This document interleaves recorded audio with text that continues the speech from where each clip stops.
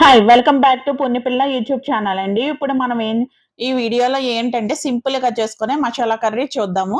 ముందుగా మనం మసాలా దినుసులన్నీ తీసుకొని బిర్యానీ ఆకు, లాలిక్కాయలు, లాంగి మొగ్గ అన్నీ గూడా నూనెలో వేసుకుందామండి.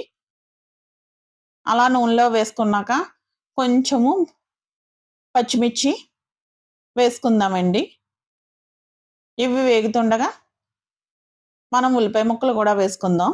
ఫస్ట్ ఇవి వేసిన తర్వాత ఒకసారి అటు ఇటు కలుపుదాం. కలిపిన తర్వాత అప్పుడు ఉల్లిపాయ ముక్కలు వేసుకుందాము.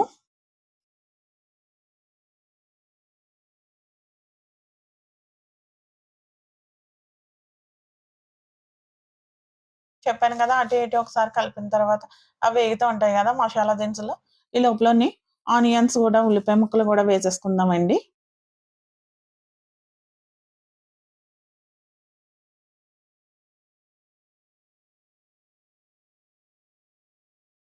ఉల్లిపాయ ముక్కలేసుకున్న తర్వాత గూడా మనం ఒకసారి అటు ఇటు కలపాలండి.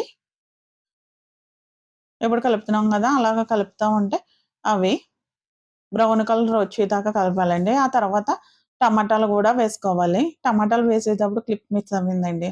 అందుకని అది వేయడం చూపించలేదు. టమాటాలు గూడా వేసుకోవాలండి. ఉల్లిపాయలు బ్రౌన్ కలర్ వచ్చిన తర్వాత టమాటాలు వేయాలి. టమాటాలు గూడా వేగిన తర్వాత కొంచెం పసుపు,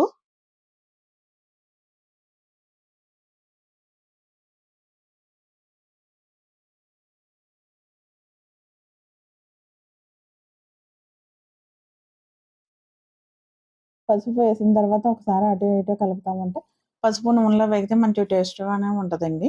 ఆ తర్వాత కారం, మేము కొంచెం స్పైసీ తక్కువ తింటాం అలా. ఇప్పుడు కారం వేద్దామండి. ఇది ఇంట్లో ఆడిచ్చిన కారం. స్పైసీ గూడా ఎక్కువగానే ఉంటది. అందులోనే మేము స్పైసీ తక్కువ తినటం వల్ల 2 స్పూన్‌ల కారం వేసామండి. స్పైసీ ఎక్కువ తిన్నవాళ్ళు కొంచెం ఎక్కువ వేసుకోవచ్చు. తర్వాత అవన్నీ వేగిన తర్వాత అల్లం వెల్లుల్లి పేస్ట్. ఇది గూడా మేము ఇంట్లోనే ఎప్పటికప్పుడు ఫ్రెష్‌గా ఆడుకుంటామండి. అదే వేసాము. అల్లం వెల్లుల్లి పేస్ట్ కానీ అడుగంటది గదా! అడుగంటకుండా ఏం చేస్తాం అటు ఇటు కలుపుతా ఉన్నామనుకోండి గమ్ముని అడుగంటదనమాట.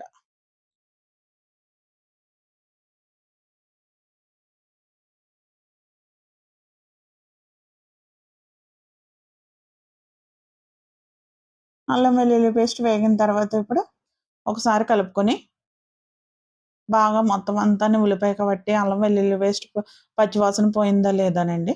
ఇలా వేగిన తర్వాత అప్పుడు చికెన్ వేసేద్దాము. నేను చికెన్ పసుపుతో కడుగుతామండి. అందుకని కొంచెం ముక్కలు పసుపుగా ఉన్నాయి. మేము ఎక్కువ చికెన్ స్కిన్‌లెస్సే వాడతాము. అలా ముక్కలు పసుపుతోని కడిగితే అదేటి నీసు వాసన రాదంటారు గదా! అందుకని పసుపుతో కడుగుతామండి. ఇలా చికెన్‌ని వేసిన తర్వాత ఒకసారి అటు ఇటు కలుపుతా ఉండాలండి. మొత్తము మొత్తం ఉల్లిపాయల పేస్ట్ అంతా కూడా చికెన్‌కి పట్టేలాగా మొత్తం. అలా కలిపిన తర్వాత కొంచెం ఉప్పండి. ఎందుకంటే ఉప్పు వేసేసామనుకోండి, అందులో ఉన్న వాటర్ అంతాను చికెన్‌లో ఉన్న వాటర్ అంతా వచ్చేస్తది. మీరు ఉప్పు తక్కువ తింటే కొంచెం తక్కువేసుకోండి. మేము కొంచెం ఎక్కువగానే మొత్తం కూరలో సమానంగా తింటాం. మరీ ఎక్కువ కాకుండానే. అదండి. అదిగోండి చికెన్‌లో వాటర్ అంతా బయటకొచ్చేసింది కదండీ! ఇప్పుడు కొత్తిమీర. మేము ఎక్కువ కొత్తిమీర వాడుతా ఉంటాము. ఆ గ్రేవీలోని వాటర్ అంతా వచ్చేసిన తర్వాత కొత్తిమీర దానికి పడతది కదా! అందుకని ఎక్కువ కొత్తిమీరేస్తామండి. ఇప్పుడు చికెన్ మసాలా, గా తర్వాత గరం మసాలా. నేను చెప్పాను కదండీ! మసాలా చికెన్ అని. చికెన్ మసాలా, గరం మసాలా అన్నీ కూడా వేస్తున్నామండి.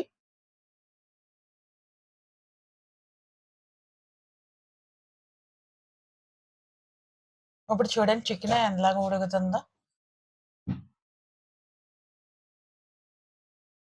ఆల్మోస్ట్ గ్రేవీ తక్కువగా ఉండి చికెన్ ఫ్రైలాగా కాకుండా మీడియంలాగా ఉంటదండి. చికెన్ మసాలా, గరం మసాలా వేసిన తర్వాత ఒకసారి కలపండి.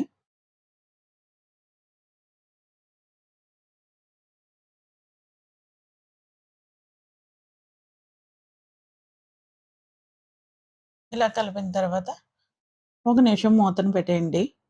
2, 3 నిమిషాలు అలాగా సిమ్‌లో ఉడికించిన తర్వాత కొంచెం లైట్‌గా వాటర్ ఏద్దామండి. ఇప్పటిదాకా మనం చికెన్‌లో వచ్చిన వాటర్‌తోనే ఉడికిందండి.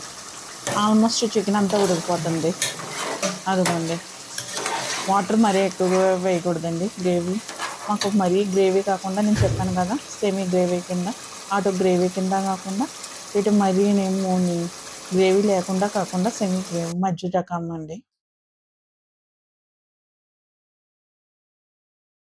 కానీ చికెన్‌కి అన్ని ఫ్లేవర్స్ పట్టి సూపర్ ఉందండి. ఆల్మోస్ట్ అదిగోండి చికెన్ దగ్గరికి అయిపోయింది కదండీ! అలా ఉడికి ఉడికి లాస్ట్ కొత్తిమీర, కరివేపాకు వేసుకుందామండి. కరివేపాకు ఫ్లేవర్ గూడాని దానికి పడతది కదా! అందుకని కరివేపాకు కూడా లాస్ట్‌లో వేస్తున్నాను. ఇదండి చికెన్.